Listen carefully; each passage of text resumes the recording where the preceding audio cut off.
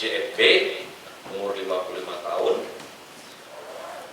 di mana pasal yang dilanggar adalah pasal 36 ayat 1 dan ayat 2 dan ayat 3, junto pasal 26 ayat 1 dan ayat 3 Undang-Undang Nomor 7 tahun 2011 tentang mata uang, selanjutnya subsidiar pasal 244 dan subsidiar pasal 245 KUHP, dengan ancaman hukuman 15 tahun penjara.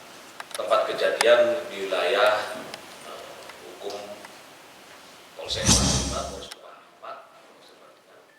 Selanjutnya berdasarkan keterangan Kapolres Kopang Kota, tentunya kemudian dapat kami jelaskan sedikit bahwa tersangka ini merupakan residivis, di mana sebelumnya juga tersangka pernah dihukum untuk kasus yang sama dengan TKP yang berbeda, yaitu di wilayah hukum Polres Kupang Kota, wilayah hukum Polres Kupang Kabupaten.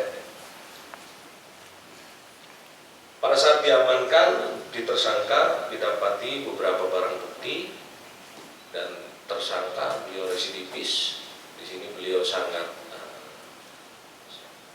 susah kami dapati, karena dapat kami jelaskan bahwa kasus ini berawal dari laporan informasi yang didapati oleh unit Intel yang berada di Polsek Kelapa 5 sekitar 1 bulan sebelum diamankan, sekiranya akhir bulan September. Itu ada informasi terjadi transaksi pembelian kain yang dicurigai oleh penjual menggunakan uang palsu. Selanjutnya dilakukan pengembangan sehingga mengarah kepada tersangka JFB ini. Cukup susah untuk mengungkapkannya, sehingga pada akhirnya sekitar tanggal 22 Oktober tahun 2020 berhasil kami amankan dan didapati pada yang bersangkutan hal ini sedang membawa uang palsu sebesar 11 juta rupiah dalam pecahan 100 ribuan. Dan langsung untuk tahapan penyidikan, kami telah memeriksa 8 orang saksi dan 1 saksi ahli dari pihak Bank Indonesia. Mungkin itu dari tangan tersangka pada awalnya berhasil kami amankan sebanyak 11 juta rupiah. Selanjutnya dalam bentuk pecahan 100 ribuan. Selanjutnya berdasarkan hasil pengembangan kami dapat mengamankan lagi sebanyak 343.400.000 rupiah.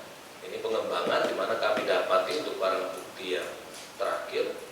Yang berikutnya adalah bentuk uang palsu. Ini di rumah daripada saudara tersangka, saudara sepupu tersangka di Kelurahan Mangutapen. Kemudian juga kami lakukan pengembangan lebih lanjut bahwa modus operandi dia menggunakan printer dan melakukan pemalsuan secara langsung terhadap mata uang yang ada. Dan BB juga berhasil kami amankan di wilayah hukum Polres Kupang Kabupaten, yaitu di Desa Uemopa, Kupang Kabupaten. Uang ini sudah diedarkan di mana saja selain di wilayah Kota Kupang? Berdasarkan pemeriksaan terhadap tersangka sampai dengan kemarin belum sempat diedarkan atau digunakan oleh tersangka. Lebih cepat, lebih dahulu diamankan oleh pihak kepolisian yang berdasarkan keterangan sepihak dari tersangka bahwa sebenarnya uangnya akan dibawa ke Timur Leste. Apa ini ada kaitan dengan pemilihan kepala daerah di 2 daerah perbatasan, PKU dan Kabupaten Belu?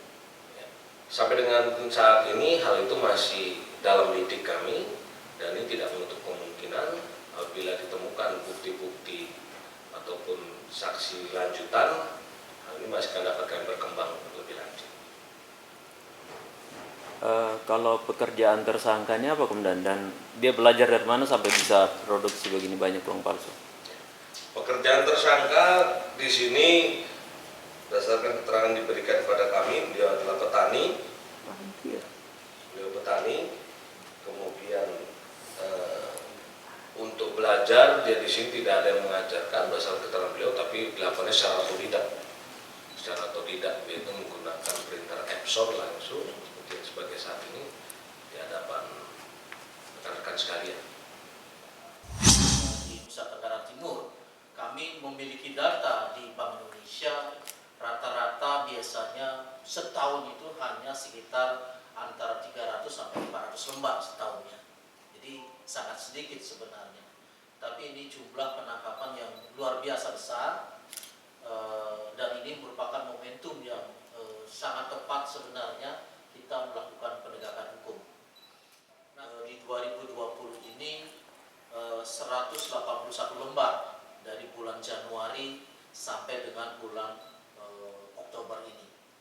Tetapi dengan catatan Bapak dan Ibu, karena teman-teman wartawan maksud kami, karena pada bulan kita Juni sampai dengan Oktober kita tutup pelayanan mengenai pengaduan uang yang diduga tidak asli, begitu. Jadi kalau kita lihat angkanya di 2019 itu totalnya hanya 347 lembar ininya di 2018. Jadi sangat kecil sebenarnya. Begitu juga di 2019 juga sangat kecil. Itu tercatat 181 lembar. Jadi memang nominal yang atau pecahan yang dipalsukan itu adalah di pecahan 100.000 dan 50.000 biasanya. Jadi saya kira itu yang dapat kami sampaikan untuk sekali lagi kami apresiasi yang sangat luar biasa kepada Bapak Kapolres dengan seluruh jajaran dan juga Bapak Kapolsek dan seluruh jajaran yang sudah melakukan penindakan terhadap pengedaran rupiah yang diduga palsu. Hah? Hah? Seberapa lama bikin? Seberapa lama bikin? Sebelah bisa Bu, dengar. Ini dengar. Dengar yang mana? Ini dengar. Dengar. Seberapa lama bikin begini? Seberapa lama buat begini uang? 2 orang yang kerja. Seberapa lama buat?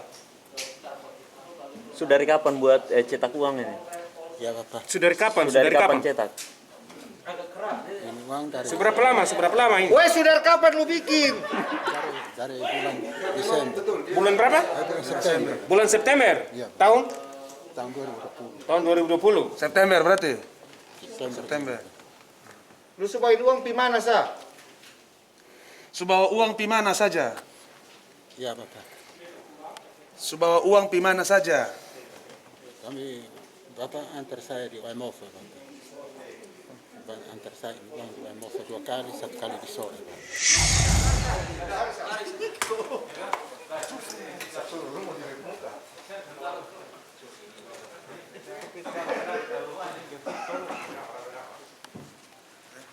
Wartawan tuh awas sorong. Kosong misalnya hargain Pak Polisi di belakang ya. Pada ada diri juga nih.